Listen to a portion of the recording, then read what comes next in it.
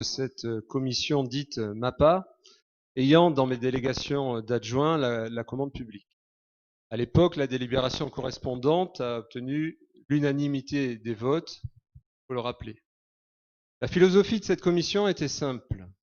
Permettre aux élus, y compris ceux de l'opposition, dont vous faisiez partie, Monsieur Le Bigre, d'être informés en toute transparence sur l'utilisation des deniers publics et de donner leur avis sur tous les achats de la ville, non pas sur l'opportunité de ces achats qui appartient à la majorité en place et c'est bien normal, mais sur la parfaite mise en concurrence et sur l'impartialité du choix des fournisseurs.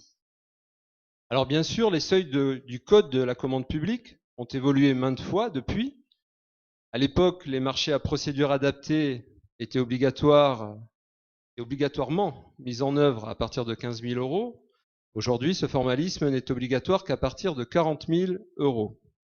De fait, ce changement de seuil soulage d'office le travail du service municipal de la commande publique, car en dessous du seuil, on fonctionne sur la base de 3 devis pour challenger les fournisseurs, ce qui prend évidemment beaucoup moins de temps administratif.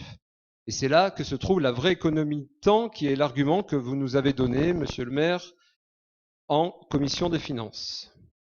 Mais entendons-nous bien, il n'y a aucun reproche à faire au service de la commande publique et je n'ai absolument aucun doute sur son intégrité.